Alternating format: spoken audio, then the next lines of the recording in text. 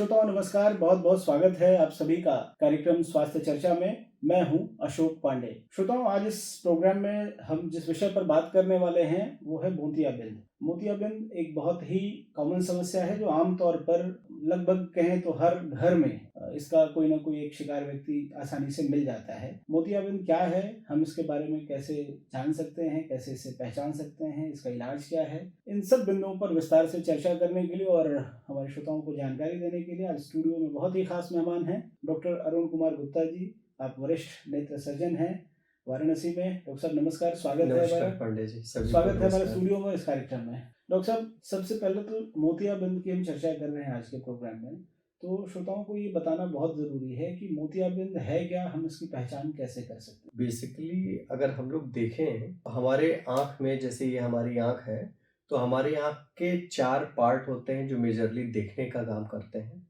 सबसे बाहर हम नंगी आँखों से देख सकते हैं कि ये हमारी काली पुतली है, और काली पुतली के अंदर जो होता है नेचुरल लेंस होता है, उसके भीतर आँख का पर्दा होता है, और सबसे पीछे वाले पार्ट पे हमारे आँख की नस या ऑप्टिक नर्व होती है। अगर किसी भी व्यक्ति की ये चारों चीज अच्छी है, कॉर्निया अच्छी है, लेंस अच्छा है, रेटिना अच्छा है और ऑप्टिक नर्व अच्छा है, तो उसको साफ दिखाई देता है। किसी भी व्यक्ति, जैसे गांव में होता है, माड़ा पड़ जाता है, काली पुतली पे चोट लग जाती है, तो उससे काली पुतली सफेद हो जाती है, इसका ये खतरा होता है। किसी भी व्यक्ति का जो नेचुरल लेंस होता है वो पारदर्शी होता है। अगर उसकी पारदर्शिता कम हो जाए, जैसे हम चश्मा लगाते हैं और उस चश्मा जो है हमारा घिस जाए, उसकी पारदर्शिता कम हो जाए, तो उसको मोतियाबिंद कहते हैं। मोतियाबिंद एक क्योरेबल समस्या है। हमारे भारत देश में अंधता के प्रमुख कारणों में से एक है। इस वजह से भारत सरकार भी इस पे बहुत जोर देती है। बहुत सारी योजनाएं भी चलती हैं, जैसे आयुष्मान भारत योजनाएं हैं या और भी महत्वाकांक्षी योजनाएं हैं, जिससे भी मोतियाबिंद का उपचार लोगों तक में हो रहा है। बहुत सारे चैरिटेबल संस्थाएं हैं, हम लोग के हॉस्पिटल्स हैं, जो सब लोग ये काम कर रहे हैं। तो मोतियाबिंद बेसिकली अवॉइडेबल ब्लाइंडनेस है। अगर किसी भी व्यक्ति को मोतियाबिंद है तो वो इसको टाले नहीं, समय से अगर अपनी सर्जरी करा ले तो वो उसकी रोशनी, जो दृष्टि कम है या किसी का अंधापन आ चुका है, तो वो वापस से अपनी पूरी रोशनी वापस पा सकता है। तो ऐसे केसेस में एज अ डॉक्टर मेरी सलाह हमेशा यही रहती है कि मोतियाबिंद अगर आपको डायग्नोस हो गया है, तो जितना कच्चा है, मतलब जितने अर्ली स्टेज पे है, उतना पहले आप करा लीजिए। क्योंकि मोतियाबिंद जितना पकेगा, मतलब हार्डनेस नेचुरल लेंस की बढ़ेगी, उतना उसकी सर्जरी के कॉम्प्लिकेशन ज्यादा होंगे। तो मोतियाबिंद यूं कहें कि समय के साथ होने वाली एक समस्या है या फिर ये समस्या जेनेटिक भी हो सकती है। मोतियाबिंद बेसिकली जो होता है, कई प्रकार का होता है। जो आम जन को होता है, जो बात करते हैं कि 50-60 साल की एज के बाद होता है, वो सेनाइल कैटरेक्ट करते हैं कि उम्र जब हमारी बढ़ती जाती है, उसमें मोतियाबिंद होना स्वाभाविक है। कभी कभी ये देखा जाता है, ये कंजेनाइटल भी होता है, जेनेटिक नहीं, कंजेनाइटल कह सकते हैं। कंजेनाइटल का मतलब बाई बर्थ, कोई बच्चा पैदा हुआ उसको भी मोतियाबिंद हो सकता है, या हमारे चाइल्डहुड में भी हो सकता है, उसको डेवलपमेंटल कैटरेक्ट कहते हैं। विथ एज भी हो सकता है। या कुछ लोगों के ऑक्यूपेशनल हैजर्ड्स होते हैं, कुछ स्टेरॉइड दवाइयों का सेवन होता है, या कभी हमारी आंख में चोट लग जाती है। अभी मेरे पास एक बच्चा आया था, मैंने पिछले हफ्ते उसका ऑपरेशन किया है। अब उस बच्चे को क्या है, तीर धनुष से खेल रहे थे और बच्चे की आंख की काली पुतली में चोट लगते हुए नेचुरल लेंस को डैमेज कर दिया। अब क्या है, उसकी काली पुतली भी फट गई, जो नेचुरल लेंस था पारदर्शी था, वो भी एक तरह से सफेद हो गया, मोतियाबिंद हो गया। तो हमने काली पुतली जो फटी थी उसकी भी सिलाई करी, जो मोतियाबिंद था उसको भी निकाला और उसकी जगह आर्टिफिशियल लेंस डाला। तो ये बेसिकली हमारे कई कारणों से हो सकता है। दवाओं में मुख्यतः जो कारण होता है, स्टेरॉइड दवाइयों से मोतियाबिंद ज्यादा होता है। तो हम लोग सलाह देते हैं कि स्टेरॉइड दवाइयों का स्टॉप ट्रीटमेंट का एक अवधि होता है, वो जरूर देखना चाहिए और करना चाहिए कि भाई आप स्टेरॉइड जो डॉक्टर प्रिस्क्राइब किए हैं, जितने दिन के लिए किए हैं, उससे ज़्यादा आपको नहीं यूज करना चाहिए। अच्छा डॉक्टर साहब, आँखों की समस्या में आमतौर पर हम देखते हैं कि ओवर द काउंटर कोई भी एक दवा, कोई भी एक ड्रॉप ले ली और जी आँखों में लोग इस्तेमाल करते जी। हैं। कई बार होता है कि भई ये आँखों को साफ करने के लिए है या हम्म आँखों से गंदगी निकाल देगी। तो इस हम्म तरह की दवाइयाँ हम आमतौर पर इस्तेमाल करते हुए बहुत सारे लोगों को देखते हैं। ये हम्म। करना कहाँ तक उचित है?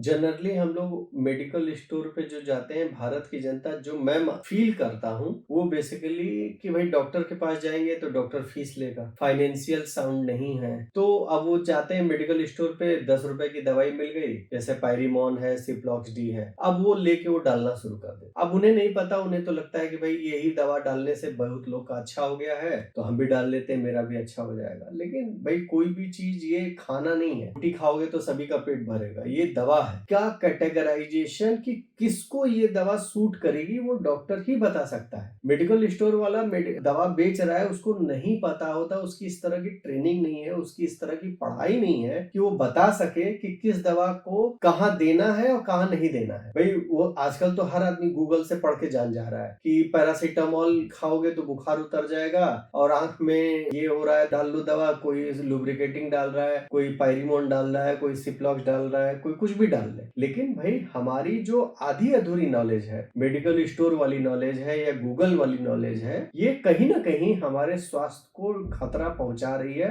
लंबे समय उपयोग करने के बाद। एक मेरे पास अभी लड़की आई थी, आप सोचिए कि उस लड़की को केवल मात्र एक समस्या थी, आंखों में खुजली होती है। अब वो लड़की 4 साल से दवा गांव के मेडिकल स्टोर से डाल रही थी, आज मेरे पास आई, उसकी एक आंख पूर्णतया अंधी हो गई और दूसरी आंख 80% लॉस हो गया। अब जब हमने जांच किया तो उसका आंख का प्रेशर, आईओपी कहते हैं, 46 और 48 था, मतलब उसको ग्लोकोमा हो गया। उसके आंख की नस, ऑप्टिक नर्व सूख चुकी थी पूरी तरह से, और एक आंख की नस 80%, मतलब ये बीमारी इतनी लास्ट स्टेज पे पहुंच गई कि उसमें कोई भी डॉक्टर कुछ नहीं कर सकता। उसकी दोनों आंख में मोतियाबिंद भी था और दोनों ही आंखों की नस भी सूख गई। तो बेसिक समस्या क्या होता है कि आपको नहीं पता कि कौन सी दवा कितने दिन यूज करनी है, कितना उसके साइड इफेक्ट्स हैं, कितनी मात्रा में यूज करना है और सेफली कहां तक यूज कर सकते हैं। तो इन्हीं के लिए भाई थोड़ा सा होता है। तो मैं तो हमेशा लोगों से कहता हूं कि भाई अगर आप अफोर्ड नहीं कर सकते तो आपके भाई अगल बगल आजकल गवर्नमेंट हॉस्पिटल्स हैं, बहुत सारे जगह हैं जहां से आप फ्री ऑफ कॉस्ट या बहुत कम पैसे में इलाज करा सकते हैं। लेकिन इलाज जो है, जो मेरा मानना है, ना ही आप गूगल से करें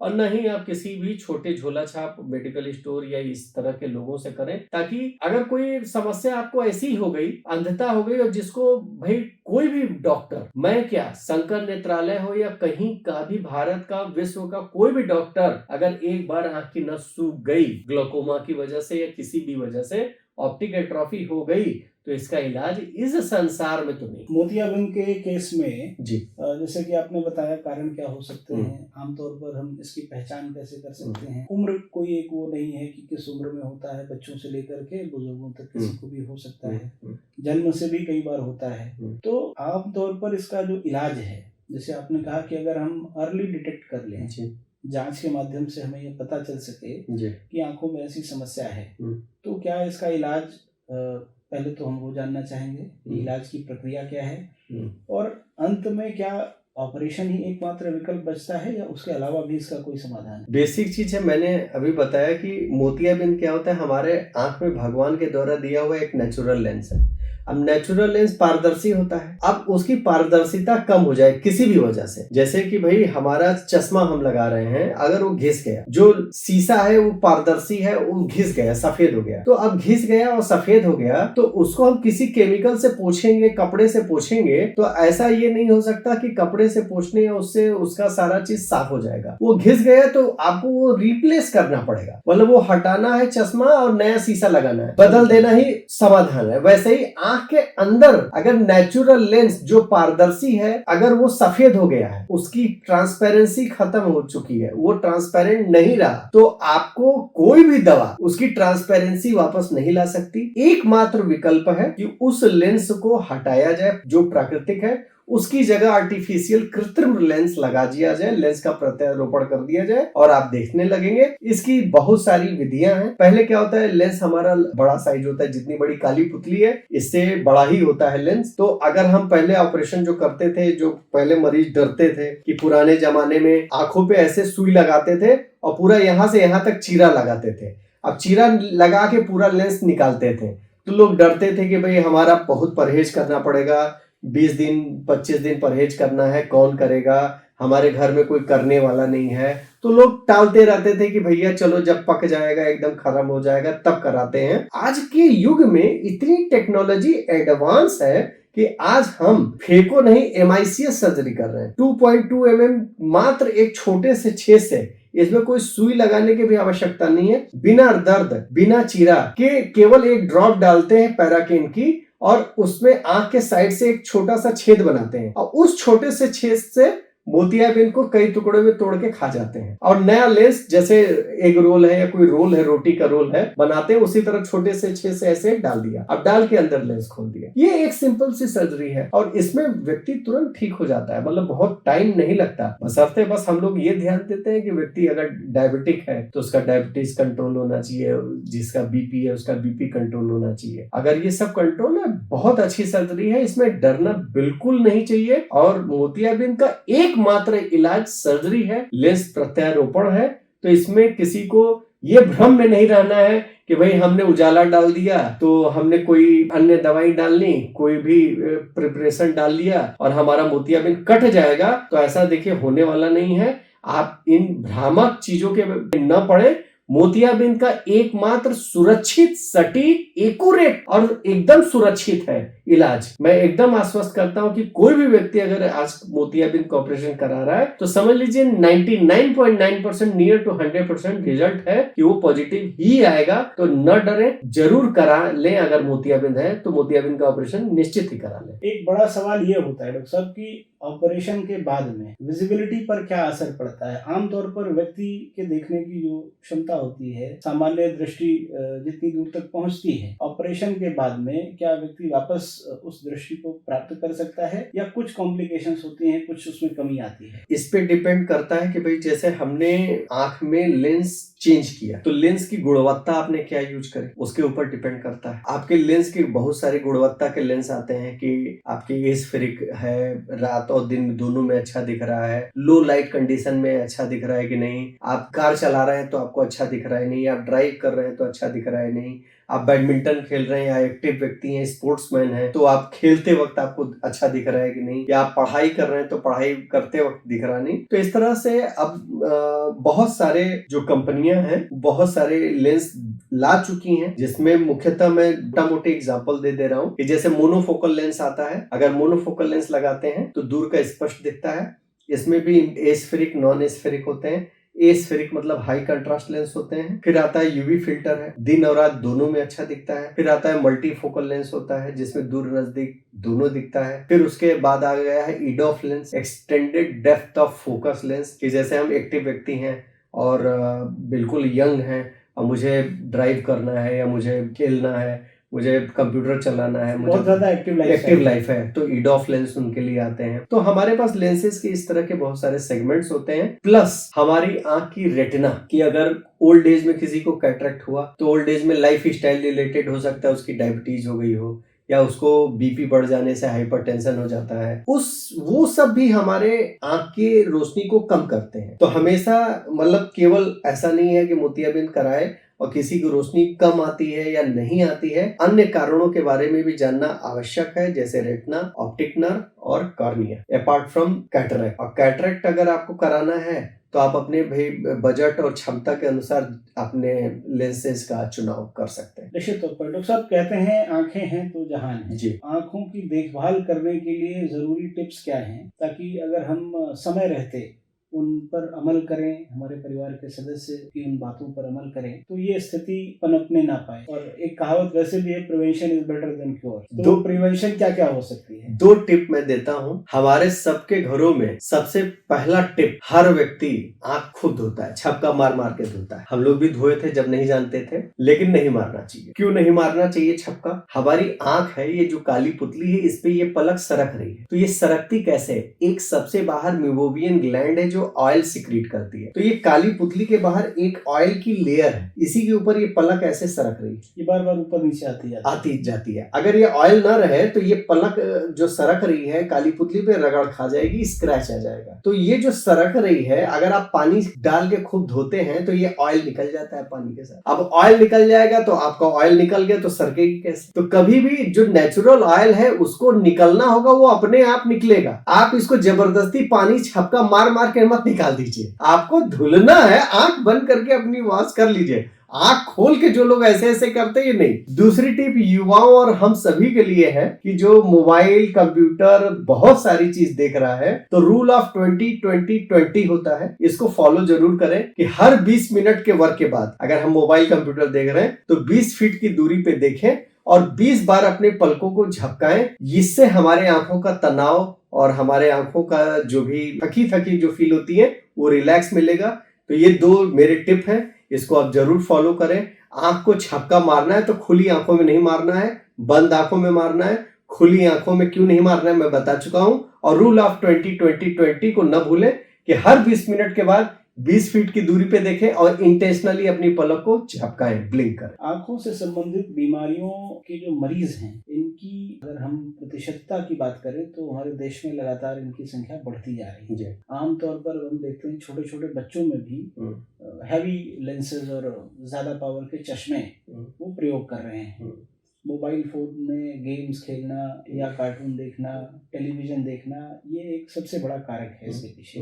तो हम चाहेंगे हमारे श्रोताओं को आप बच्चों को कैसे इन सब चीजों से बचा के रखना है, मोबाइल फोन का और टीवी का अत्यधिक प्रयोग उनके लिए कितना खतरनाक है, इस बारे में बताते चलिए। कोविड के बाद से अगर हम देखें, एक अब हम लोग बात करते हैं कोविड के पहले का एरा क्या है और कोविड के बाद का एरा क्या है। 14% इजाफा हुआ है मायोपिया में बच्चों का। 14% एक सिग्निफिकेंट नंबर है जो हमारे आंखों में मायोपिया कर रहा है, चश्मे के नंबर को बढ़ा रहा है। इसका रीजन है मोबाइल से पढ़ना, अत्यधिक मोबाइल देखना और आउटडोर एक्टिविटी को कम करना। मैं अभी कुछ दिन पहले सिंगापुर गया था, मैं वहां देख रहा था कि बच्चे को डिजिटल स्क्रीन से दूर करके आउटडोर एक्टिविटी में पार्टिसिपेट कराया जा रहा है। और हम लोग बचपन में पेड़ के नीचे पढ़े हैं, आउटडोर में कभी पढ़े, कभी कक्षा में लाइट नहीं आती है तो बाहर मास्टर साहब कहते थे कि अरे चलो आज पेड़ के नीचे पढ़ाई होगी। वहां आउटडोर एक्टिविटी थी, हम लोग की चश्मा कभी लगा ही नहीं और हमेशा हम लोग ऐसे थे। और आज फील होता है कि हर बच्चा मोबाइल, टैबलेट, कंप्यूटर से पढ़ रहा है, सब इंडोर पढ़ रहा है। मैं अपने बच्चे की बात बता रहा हूं कि मेरे बच्चे की ऑनलाइन क्लास हो रही थी और टॉपिक था, बड़ा मजेदार टॉपिक था, how to prevent digital addiction. इसकी भी पढ़ाई मोबाइल से हो रही थी, वो भी डिजिटली पढ़ रहा है बच्चा। तो अब भाई लोग यथार्थ भूल रहे हैं कि भैया आप पढ़ा रहे हो, मोबाइल से दूर कैसे रहे, अब पढ़ा भी रहे हो मोबाइल से, तो लोगों को अब हम क्या बताएं।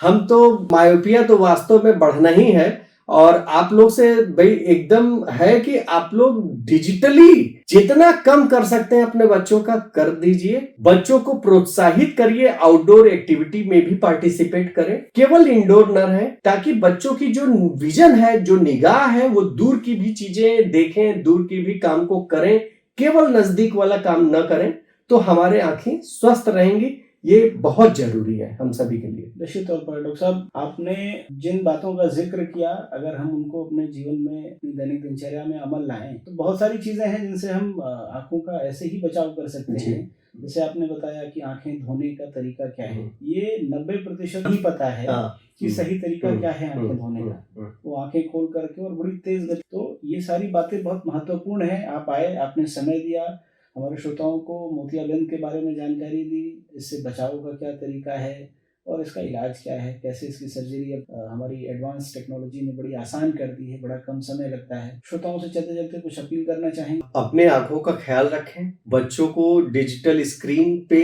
जितना कम हो सके उनको करें, आउटडोर एक्टिविटी को प्रोत्साहित करें और अपने आंखों की साल में एक बार जांच, अगर आप 40 साल से एबव हैं या आजकल तो युवा वर्ग सभी लोग जरूर कराएं। अगर आंखों में कोई भी बीमारी है तो लापरवाही न करें, क्योंकि हम अपने इस प्रकृति को, इतनी सुंदर जो वातावरण, प्रकृति और इस अपना मदर नेचर है, सुन नहीं सकते, महसूस नहीं कर सकते। केवल आंखें हैं जो हमें अपनी सारी संरचना, हरियाली, खूबसूरती, पहाड़ों के नजारे, समुद्र का किनारा देख सकते हैं। तो आंखें बहुत अनमोल हैं, इसकी जांच कराएं, हमेशा आपकी आंखें अच्छी रहें, मेरी यही कामना है। सब आप आए, आपने समय दिया, हमारे श्रोताओं को बहुत बेहतरीन जानकारी दी, आपको बहुत बहुत धन्यवाद। धन्यवाद।